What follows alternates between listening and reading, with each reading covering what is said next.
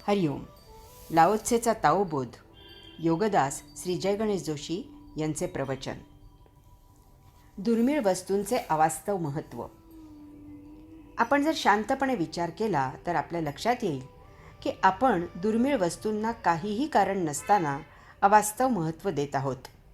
त्यामुळे चोर अशा वस्तूंकडे चोरीसाठी आकृष्ट होतात. आपल्यालाही अशा वस्तू सांभाळायला त्रास होतो, प्रसंगी जीवावर बेतते. यास्तव लाओत्से सांगत आहे की दुर्मिळ वस्तूंना अवास्तव महत्त्व न दिल्यास चोरायची वृत्ती निर्माण होणार नाही. तुम्ही दुर्मिळ वस्तूंचा हव्यास सोडला तर अशा वस्तू बाजारात अनावश्यक असतील आणि त्यामुळे त्याला गिऱ्हाईक नसल्यामुळे चोर अशा वस्तू चोरायला उद्युक्त होणार नाहीत. समजा आपण गायीसमोर चाऱ्याची पेंडी आणि सोन्याची लगड ठेवली तर ती गाय त्या सोन्याच्या लगडीला स्पर्शही करणार नाही, कारण त्यामुळे पोट भरत नाही हे त्या गाईला समजते. मात्र चाऱ्याची पेंडी ती मोठ्या आनंदाने फस्त करील.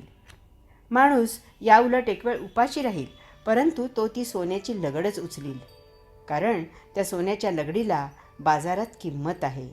ती विकून तो अन्न खरेदी करू शकतो, परंतु तरीही त्या गाईकडून आपण काही शिकायचे आहे. बहुतांशी दुर्मिळ वस्तू या अन्न, वस्त्र, निवारा या यादीत समाविष्ट करण्याच्या लायकीच्या नसतात. एखादी वस्तू याला अपवाद असू शकेल, परंतु तरीही अशा वस्तूला पर्यायी वस्तू उपलब्ध असते. त्यामुळे वस्तू दुर्मिळ असली तरीही अशा वस्तूमुळे काही अडत नाही. दुर्मिळ वस्तूंचा नित्य जीवनाला काहीही उपयोग नसतो. या अशा वस्तूंशिवाय आपण अगदी सहज जीवन जगू शकतो. अशा वस्तू जवळ असणे हे प्रतिष्ठेचे समजले जाते. त्यामुळे मानसिक सौख्य मिळते, अहंकार जोपासला जातो. याशिवाय त्याला काही अन्य अर्थ नसतो.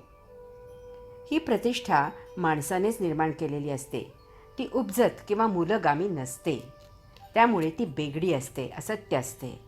दुर्मिळ वस्तूच्या या अशा नकली किमतीमुळे माणूस विनाकारण अहंकाराच्या आहारी जातो. माणसाच्या या वृथा हौसेमुळे समाजात चोर तयार होतात. समाजाचा एक चांगला होऊ घातलेला घटक कुमार्गाला जातो, कारण झटपट पैसे मिळवण्याचे साधन म्हणून दुर्मिळ वस्तूंकडे पाहिले जाते. चोर अशा वस्तूंची चोरी करत चोरीचा धंदा वाढवत जातात. एकाकडून चोरलेली वस्तू खरेदी करून दुसऱ्याकडे जाते, दुसऱ्याकडून ती वस्तू चोरून तिसऱ्याला विकली जाते आणि हे असे सुरूच राहते. कारण वस्तू दुर्मिळ असल्यामुळे ती कोणाकडे तरी चोरी झाल्याशिवाय अन्य व्यक्तीकडे येणे अशक्य असते. यात त्या वस्तूचा मालक बदलत जातो आणि चोरांचा धंदा गुणित होत जातो. त्यात अशी वस्तू पावतीशिवाय छुपेपणाने खरेदी केलेली असली तर त्याची तक्रारही करता येत नाही. मुकाट्याने हळहळणे एवढेच करता येते. यास्तव लाओत्से सांगत आहे की दुर्मिळ वस्तूंच्या नकली किमतीमुळे समाजात चोरीची वृत्ती निर्माण होते. वेगळेपणाची बेगडी प्रतिष्ठा. आपण अनेक वेळेला ऐकतो की वस्तू खरेदी करताना सांगितले जाते की तो अमुक रंग घे, तो जरा निराळा, अप्रचलित, सहसा इतरत्र न दिसणार आहे. दुकानदारही तत्परतेने सांगतो, भारतात अशा साड्या फक्त 500च आहेत, तेवढ्याच तयार केल्या आहेत. अमुक नटीसाठी हा रंग दिलेला आहे, त्यातील पुण्यात फक्त 5च आहेत. ही एक फार मोठी हौस आहे, हा अहंकार आहे. अशी अनकॉमन रंगाची साडी 1000 रुपये जास्त देऊन खरेदी केली की गृहिणी खुश होते. मग ती साडी नेसून जेव्हा ती समारंभात मिरवते तेव्हा 4 बायका तिला विचारतात, ए सुरेख आहे ग रंग, कुठे मिळाली ही साडी? त्याच दुकानात मीही गेले होते, आम्हाला नाही मिळाला हा रंग. मग ती गृहिणी कृतकृत्य होते. तिचा चेहरा संपूर्ण समारंभभर फुललेला राहतो. वस्त्राचा मूळ हेतू कुठल्या कोठे दूर राहतो. वस्त्र एक मिरवायचा दागिना होतो. अहंकार जोपासायचे ते एक साधन होते. येथे चोरी सरळ मार्गाने होत नाही. साडीची किंमत वाढीव करून आड मार्गाने होते. अहंकाराची, प्रतिष्ठेची ती किंमत असते. अशी वृत्ती फोफावते. याचा गरजेच्या दृष्टीने काहीच उपयोग नसतो. परंतु माणूस दिवसेंदिवस चंगळवाद, भोगवाद, दिखाऊ प्रतिष्ठा इत्यादीच्या आहारी जात आहे.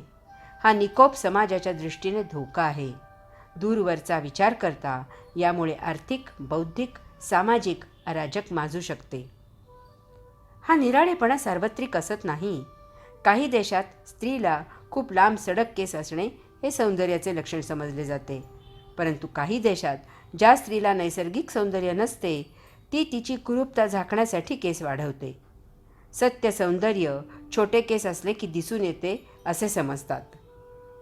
अनेक देशात पातळ, नितळ, नाजूक लाल ओठ असणे हे सौंदर्याचे लक्षण समजले जाते. आफ्रिकेसारख्या देशांमधून जाड ओठ हे सौंदर्याचे लक्षण समजले जाते. अनेक देशांमधून घारे डोळे आणि गोरा रंग सौंदर्याचे लक्षण मानले जाते. आफ्रिकेत काळे डोळे आणि काळा रंगच सौंदर्याचे लक्षण मानले जाते. बहुतेक सर्व पाश्चात्य देशात पुरुष सर्वांग झाकून पोशाख करतात आणि स्त्रिया कमी कपडे घालतात. या उलट पौर्वात्य देशात पुरुष फक्त अर्धवस्त्र नेसतात आणि स्त्रिया कपड्यांनी संपूर्ण अंग झाकून घेतात. हिंदुस्थानात लग्न झालेल्या स्त्रिया कपाळाला कुंकू लावतात, गळ्यात मंगळसूत्र घालतात. ते फार मोठे सौभाग्याचे लक्षण मानले जाते. एरवी त्यांचे कपाळ आणि गळा हिंदूंना पाहवत नाही. उर्वरित सर्वत्र जगात स्त्रिया कपाळाला कुंकू लावत नाहीत की गळ्यात मंगळसूत्र घालत नाहीत.